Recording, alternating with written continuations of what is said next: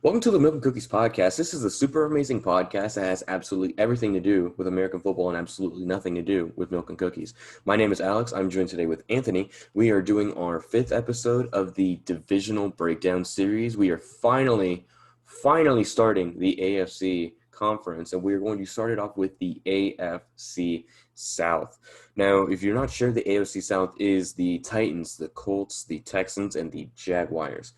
Two really good teams and two underwhelming teams. So let's get right into that. A team that's on the rise, I would say. Okay. A team that's on the rise. Okay. So, so let's just start things off. Let's go with the Tennessee Titans. Anthony, would you like to start us off? I would love to, Alex. But okay, so my take with the Tennessee Titans, you have Ryan Tannehill, you have in my personal opinion, Derrick Henry, who is one of the most crazy muscular running backs there is. He's a running back that's all over the place. He has muscle. He's crazy. He's a good rusher out of Alabama, which is a good product. But what I think also, and you got good receivers with Corey Davis. If he's still on the team, right? I know Corey Davis is gone, but you have good receivers, and then I forgot what they took in the AJ Brown's still there. AJ Brown, he's a great receiver. Mm-hmm. But my take is, if Tannehill gets hurt this year, and if he's out for a really long time, or if he gets hurt and he's done for the season, Tennessee does not make the playoffs. I mean, yeah, you're right, but I think that happens for any team. I don't think there's any team in the league that if their starting quarterback just flat out gets injured with a season-ending injury, that they are still capable of going to the playoffs with a backup. I can't think of any team right now that has a backup capable of being able to do that. Maybe,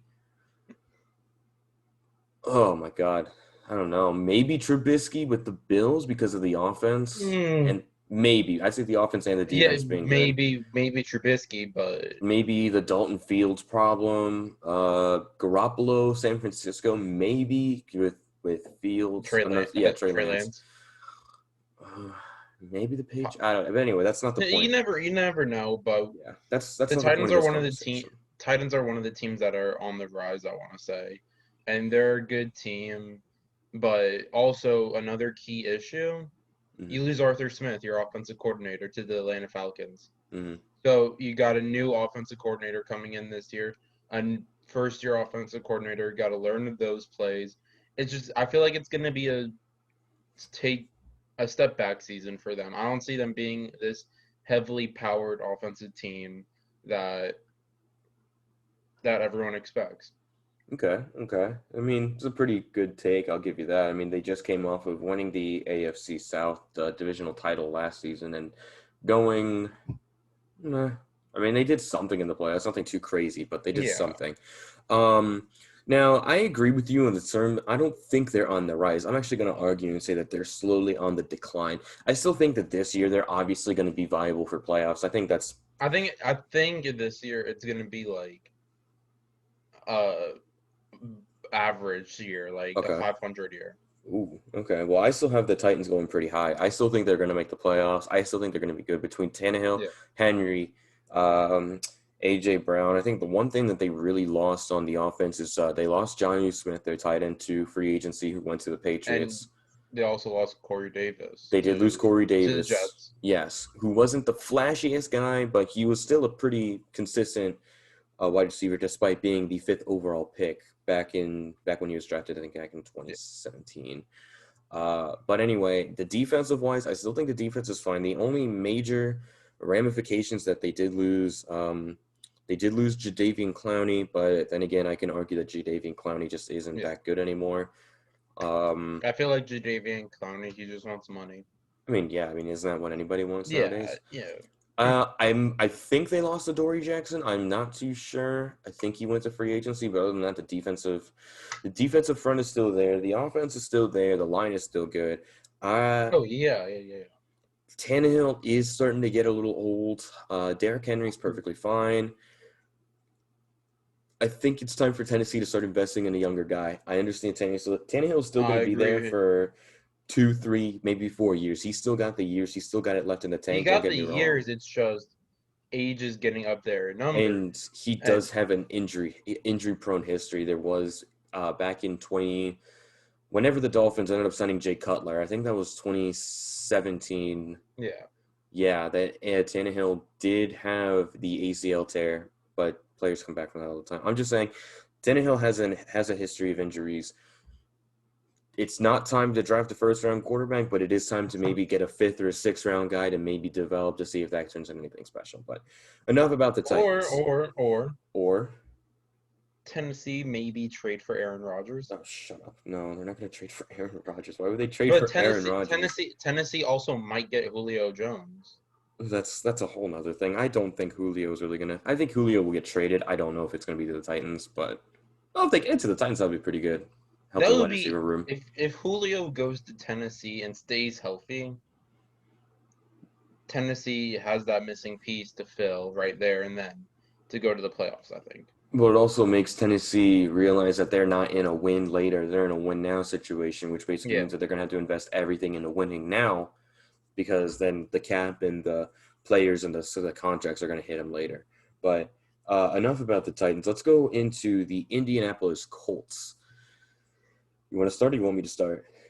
I'll start. Why not? Go for it. So, looking at the Colts this year, you get Carson Wentz and you have Frank Reich. And yeah, everyone's saying Carson Wentz, Frank Reich, that chemistry, it's so good. Yeah, it's good. But remember, Carson Wentz was with Philly. Philly went to the Super Bowl, but Carson Wentz didn't lead them there.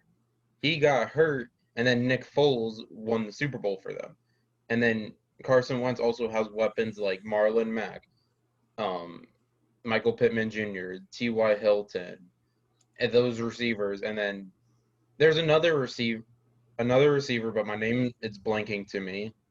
I mean, dude, just in their offensive line, their offense, Their their offense, offensive yeah, their offense is good. They have the weapons. It's just T.Y. Hilton, Zach Pascal, Michael Pittman Jr., Pascal Jonathan Taylor, and who Taylor. was a beast in his rookie season.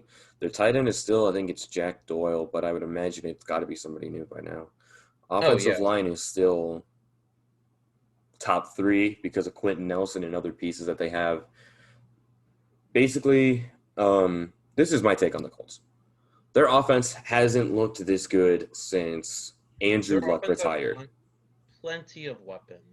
They have a solid wide receiver core, especially with Michael Pittman Jr. on the rise. Pascal is a very Pittman Jr. is underrated in his slot second. receiver. Pittman Jr. is in his second year. Yeah, he's just coming off Expect his him to rookie have an season. Oh, a astonishing year. significant sophomore bump. Definitely double digits in touchdowns. High single digits, I'll say. Jonathan Taylor as a running back, it's definitely going to give Carson Wentz that ability that he can depend on the run game. He's not going to have to just throw 40, 50 passes a game in order to make up for that. Here's my take. I really do think Carson Wentz is going to flourish under the Frank Reich-led Indianapolis Colts. Yeah. He's going to do better than what he did in Philly. Oh, yeah. That was just – I don't even know how to explain Well, it. because here's my take. Carson Wentz injury prone, yes. So give him a great offensive line. Give him more time in the pocket. Give him receivers that are pretty good. Because here's my thing. The receivers that he had in Philly are not as good as the receivers that are right now in the Colts. No. So he's in a situation that allows him to lead, allows him to play, allows him to compete. Because after that 2017 Super Bowl win was it 2017 or 2018? I want to say 18, but I could be wrong. No, 2017. 2018 was a double doink. No, so the 2017 Super Bowl run, which yes, was not led by Carson Wentz, but he was a big factor into getting them that record. Yes, Nick Foles did lead them through the playoffs, but I think Carson Wentz is now in a situation that it's all on him. It's basically this is his job. He can't blame anybody else now. It's an all or bust situation. Exactly. They took a huge risk on Carson Wentz. The Colts did, but the risk is I'd say is average, is low to mid average. I'd say average, but the reward is immense because they could end up getting their franchise guy out of this if Carson Wentz is able to produce a playoff season, not even a Super Bowl season, not even a deep run, just a playoff season. if he even makes the wild card, I think, you know what? Congratulations, It's a Indianapolis good Colts year fans. if they make the wild card Hmm. but don't win at all. Yes, exactly. I'm not. They don't need to win it all, but if as long as they make the playoffs, then Colts fans, congratulations, you found your next guy. You finally have your answer to your quarterback after not having Andrew Luck around. But And Jacoby Brissett. I still don't think Brissett was even capable of leading that team, and Philip Rivers was just a 1 year kind of stunt. 1 year wonder. Yeah. Now, defensive wise, I like to always argue that the Colts have one of the best defenses in the league. Adding Kwity Paye to the Colts defensive line, that's just power and just it's craziness basically. I mean, I agree. I think the Colts D line, I'm not too sure about. I know they're capable. Um, I really do like their secondary, mainly because of Rocky Ya-Sin. I think he's a Mm. very underrated safety, a good player that's on the He's rise coming off again. of his rookie year. Is it his rookie Or year already? Yeah, his rookie year. yeah, his rookie year. I remember hearing about him in the draft last year. Yeah, but I think he's going to do great. I like the corners. I love the linebacker core, mainly because Darius Leonard is basically the general of that defense. Like I said, I don't think he gets enough love. I don't think he gets enough talk about. I think he's very underrated. Definitely top five could argue. I'm sorry, a top 10 definitely could argue top five linebacker in the league. But other than that, I still think the Colts are capable of making the playoffs, even with a quarterback situation that is a big question mark because they haven't really seen him play since, well, any major time, really. So, with that being said, I think we should move on to probably the most interesting team of 2021, and that is the Jacksonville Jaguars. Anthony, why don't you go ahead and Honestly, just say your weird takes about the Jaguars? I would love to. What my personal opinion with the Jaguars, I see this year, it's gonna be a good year for them. Gotta be optimistic. Yeah, you got Urban Meyer as your head coach, and everyone's heard everyone's take on Urban Meyer. Some people love him, some people hate him. Me personally, I'm in the middle. I love but hate him. It's a love-hate relationship. But Trevor Lawrence, you get Trevor Lawrence in the draft, their franchise quarterback, in my opinion, which I think he is going to be their franchise quarterback for a long time. He, looking at his stats from Clemson, 34-2, youngest quarterback to win a national championship. I think he is the guy that answers Jacksonville's prayers and everything of being their franchise quarterback for who knows how many years. Let's hope for a really long time. And then you get Travis Etienne, the running back out of Clemson, two teammates going back to back in the first round from same team, everything. I know, Alex, you're not stoked on this pick, but I am. But Urban Meyer is using Etienne at wide receiver, which I don't know why you would take running back out of wide receiver. That doesn't gel, so I don't know how that's going to work out. But then you also signed Tim Tebow. Tim Tebow being over 30 years old, not making it as a quarterback, but also not making, kind of sort of making it in baseball. I think Tim Tebow is a good addition to this team. I think so too. And then their defense, it has some tiny holes to fill, but all in all, I think this is going to be a great team. I think they're going to shock the world this year. I think those tiny holes are a little. I think you're kind of cupcaking that one. That defense is not anywhere back to what that 2017 was.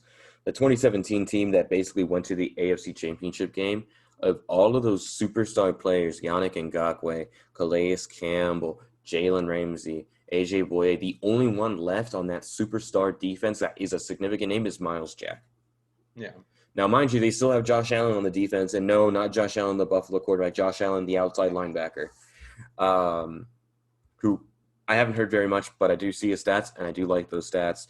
The linebacker core is fine on the defense, and overall, I don't know. There's just something about that defense just doesn't really spark my fancy. I don't like the line. I don't think it's good. The corners is a whole nother thing. I know they took C.J. Henderson in 2020, but I'm hoping he has a better year this year after coming off of an okay year. Secondaries and safeties, I couldn't tell you who is the safety there, but that's enough about the defense. I don't think the defense is not trash, but it's not on a level that I would even consider to be average. I would say if I could rank them, I would say it'd be a mid-20s defense on a good day. Now, Their first games against Houston. congratulations, Jaguars fans, you got a first win.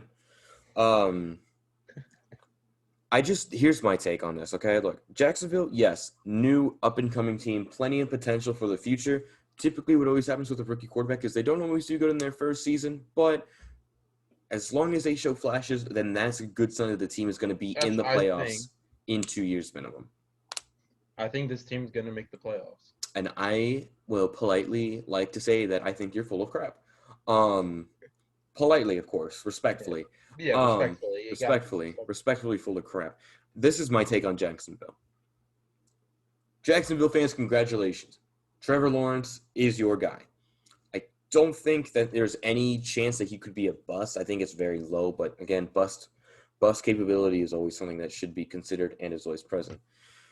And this is my opinion on this. This is just the overall opinion. I think the Travis Etienne pick, first round, 25th overall, was the stupidest pick. One of the stupidest picks.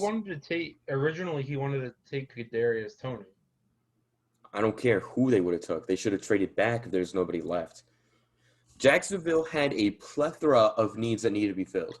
They addressed their biggest need at quarterback, which even in my case, I didn't think quarterback was their biggest need to be filled because of Gardner Minshew, who I still think is starter quality and should be traded to another team that desperately needs a quarterback. Like Houston. They wouldn't trade him to an in-division rival. But yes, for instance, Houston. I think Gardner Minshew is capable of starting and should play somewhere else.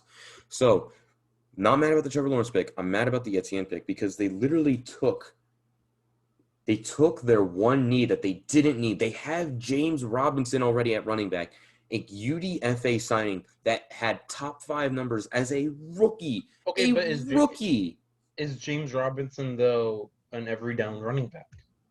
Yes, I don't understand why they would have to draft Etienne. If they wanted to draft a guy if they didn't think Robinson wasn't an every down back, then you draft somebody in the 2nd, 3rd, 4th round. Chuba Hubbard was still there in the 3rd round, for God's sakes. I mean, that's still a guy that could do those 3rd down situations. That didn't have to be every down. I understand Travis Etienne. You could turn him into a wide receiver, but why turn a running back into a wide receiver that you drafted in the 1st round? You do that with a guy that's like a 7th round guy that you're not even sure is going to make the roster, but you want him to try out for wide receiver because you never know. But seriously, why take a running back, the one need you did not need to be filled, right at that position? That's still a question I can never get an answer to because it just doesn't make any sense to me. I don't get it. I don't get it. That's Urban Meyer for you. I don't get it. He's pulling your head coach, Raiders head coach, John Gruden moves. Yeah, it's just like moves that you just don't expect, but you think that, if he pays off, he'll be a genius sort of thing. Look, no hate to Travis Etienne. I love him as a running back. Okay? Now, I just don't understand the whole wide receiver thing. And the Tim Tebow signing, all flash. I don't even think he's going to start one game unless the starting tight end gets injured. I'll beg to differ. He does. I don't think he is. That's my thing with all these like new old guys that try to come back into the league as like a different position. Like respect. I'm not hating on the grind or hating on anything else. I just don't see Tim Tebow really being a genuinely starting. Now, I don't even see him starting, let alone being a guy that's able to put up stats that can turn the tables of a game. Other than that, wide receiver looks great. They have Marvin Jones. They have DJ Chark, who I still love DJ Chark. They have Laviska Shenault. I have no doubt in the wide receiver room at all, or the running back room. I think the offense is going to do great. I think the offense is going to do perfectly fine. I think Trevor Lawrence is going to have a really good rookie season. I just don't – there's just some moves I don't understand. I don't think the defense was addressed enough, but I think that's just enough on the Jacksonville Jaguars. I think we should just kind of go into the butt of the NFL, the Houston Texans. 1-16. I think that's being generous. I have no faith in the Texans this year at all. But that's just where do we even start with this team? This whole team, there's problems in every. Sell the franchise. Just delete the franchise. Don't even sell it. Delete it. This team went from playoff contenders 2 years ago to we're not even sure who the starting quarterback is. Davis Mills Yeah, it's probably out of you're probably Stanford. right. You're probably right. That's the problem. I mean, the problem is that the Houston problems occurred 2 years ago when Bill Belichick had a fire sale for DeAndre Hopkins, and that just spiraled into Yeah. everything else. I mean, that was And then you got David Culley, a coach that's never been a head coach, no experience, nope, nothing, nope, as your new head coach. nope. Naming names, you could have taken some of the Bucks offensive coordinator, Byron Leftwich. Mhm. Could have taken. There's so many people you could have filled at that head coach position. You take the offensive coordinator from the Baltimore Ravens. I Yeah, mean, I yeah, mean, he has some I mean, offensive I think mindset, the like point that you're just trying to say is that they literally could have took any OC DC from any team, and it would have been an upgrade compared to the guy that they signed. yeah. I would have even take I would have taken Rex Ryan as a head coach over. Oh yeah, he at least has experience. No, not good experience, but experience is always key, right? Yeah, But yeah, dude. I mean, the whole Deshaun I Watson don't even thing know where is to start. Deshaun Watson case is kind of in the trash. I haven't heard anything about it. There's still I just heard he used like 44 people or whatever. that's still an astronomically high number. It's not even a Why would question he of do what that? the it. This here's my thing. It doesn't matter on what the trial is going to happen. It's just a matter of can things get solved before the NFL season. To which my answer is No. no. Deshaun Watson is not playing at all this year. They're going to have to rely on Mills, Davis Mills out of Stanford, like you said. Was he drafted in the third round? Yeah, because that's when their first pick was. So they're going to have to rely on a rookie quarterback to lead them to some amount of something. They still have David Johnson, trash. They still have Randall Cobb, Average. average. Other than that, they lost Will Fuller. But don't worry, they still have Laramie Tunsil, which really isn't that good anyway. Um, he's an okay left And tackle. Laramie, what didn't they trade for Laramie Tunsil Yeah, or from the draft him? Dolphins, they traded him like in a hole. That's how the Dolphins managed to get so many first round picks was because of the Tunsil Yeah. trade. But wide receiver core is okay. The offensive line is abysmal. The running back is mediocre. David Johnson hasn't been good in a very long time. And the defense is just worse off. I mean, they traded away their one player that they actually could rely on, Benardrick McKinney. They traded him to the Dolphins for Shaq Lawson, an edge rusher. So Shaq Lawson is still pretty good, but Well, I can't even name like who's their starting wide receivers. Randall Cobb, and I couldn't tell you who 2 and 3 would be. It's just like there's nothing about this franchise that like strikes interest to me, I feel like. There's nothing there. The only thing that they have hope for is the future, and it's going to be a long future. Honestly, Texans fans, if you guys still exist, buckle in because I believe you guys are going to be equivalent to the 2010 Browns. Yeah. Not maybe not the entire career of the 2010 Browns, but at least for 2 to 3 years, maybe 4. Yeah. Expect a lot of number one overall picks in the draft. Which could be good. Build a team around them Looking at it this year, you get your franchise quarterback, hopefully. if you're lucky. If you're lucky, and either go 0-17 or 1-16. Hope for 1-16 so you don't get roped in with the 0-17 teams like the Browns and the who else went 0-17? Who did go 0-17? The Lions. Yeah. The Lions under I remember the years when Dan the Orlov. Bucks went 0-32. Yeah, that was not a good year for you guys either. No.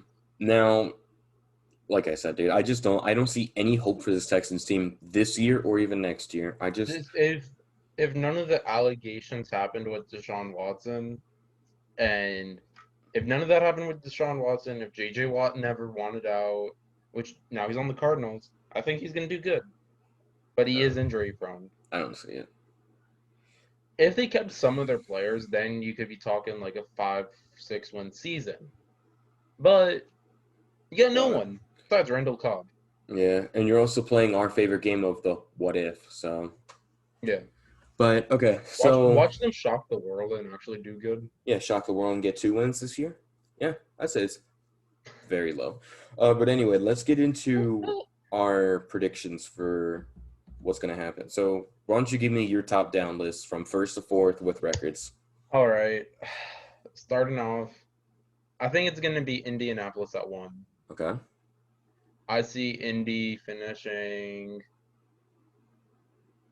13 wins and 4 losses. Okay. I see Jacksonville coming in second place at 10-7. Jesus. Wow. I see Tennessee finishing in third place at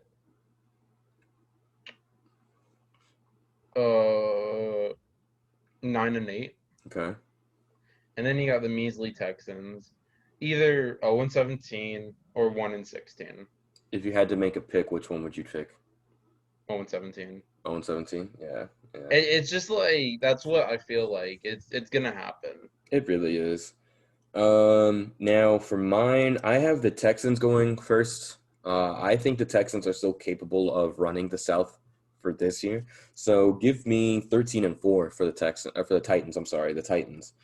Um, yeah, I still think that they're capable of doing anything. Now the Colts, I have the Colts going in second place at 11-6, getting the wild card seed. I can tell you more about the wild card seed in a second, but I'm just gonna keep going. Third place, the Jacksonville Jaguars with a huge differential from second to third. I have the Jaguars going 3-14. Ugh. Yeah, I'm just saying, man. The offense is going to Yeah. be good, but I don't think it's going to be able to keep up with all the stuff that the defense is not going to be able to stop. And finally, the Houston Texans, I have joining the Lions and the Browns and the 0-17 block party going 0-17. Not winning a single game, nowhere close. I think Jacksonville's 2 of their 3 wins will be from the Houston Texans. Who do you have So Jacksonville's third win being? I really couldn't tell you. I think it's against the Jets. Hmm. I think it's against the Jets. But then again, if I go back, I'd probably give them an extra 2 wins for all I know. Now, playoff, I have the Titans with 13-4. They'll be in second place in the AFC conference, to which they would be beating the Cleveland Browns in the first round, but losing to the Buffalo Bills in the second round in the divisional round. And the Colts are going sixth in the AFC conference and the second wild card spot, but losing to Buffalo in the first round. So overall, not bad for those teams. 2 playoff teams is always better than 1, but we'll see what happens next year, right? Yeah. Alrighty, and I think that'll finish up for this episode. Thank you so much for watching. If you made it this far, go ahead and leave a like, leave a comment of your projections. If you think I'm wrong about the Jacksonville Jaguars, please tell me. If you think Anthony's wrong about the Jacksonville Jaguars, please tell him. But yeah, just let us know what we got right, what we got wrong. You never know what's going to happen next week. I'm sorry, not next week. The next video will be the AFC West. So Chiefs, Chargers, Raiders, Broncos. Yeah. Which will be a pretty good one. Expect a surprise for that video with a new special guest or new guest. We're going to have a new guest? Man, I didn't even know about that. But anyway. Frankie. Oh, yeah, that's Frankie. All right. But anyway, thank you so much for watching, and we'll see you guys real soon.